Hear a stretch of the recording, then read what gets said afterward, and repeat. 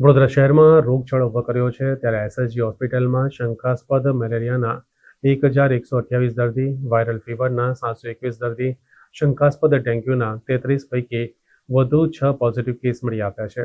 વડોદરા શહેરમાં મચ્છરજન્ય રોગચાળો અને પાણીજન્ય રોગચાળો ઊભો કર્યો છે ત્યારે ડેન્ગ્યુ અને મેલેરિયાના દર્દીઓમાં ચિંતાજનક વધારો થયો છે।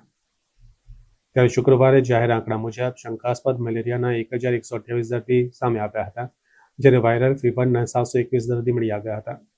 શંકાસ્પદ ડેન્ગ્યુના 33 પૈકી વધુ 5 દર્દી પોઝિટિવ છે। યમુના મિલ, ફતેગંજ, આદર્શનગર અને ફતેપુરામાં ડેન્ગ્યુના દર્દી મળ્યા છે।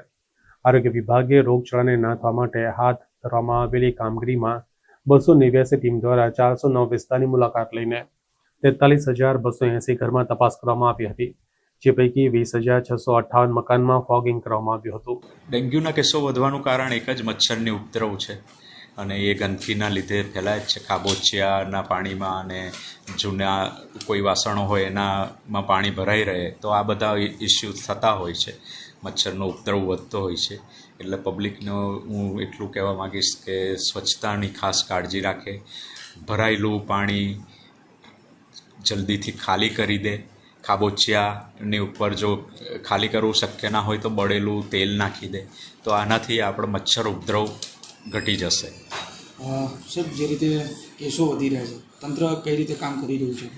હોસ્પિટલ તંત્ર આના માટે પૂરેપૂરું સજ્જ છે। અમે એક અલાયદો વોર્ડ પણ એના માટે બનાવેલો છે 28 બેડનો, અને હજી જરૂર લાગશે તો એનામાં અમે ચોક્કસ વધારો કરીશું।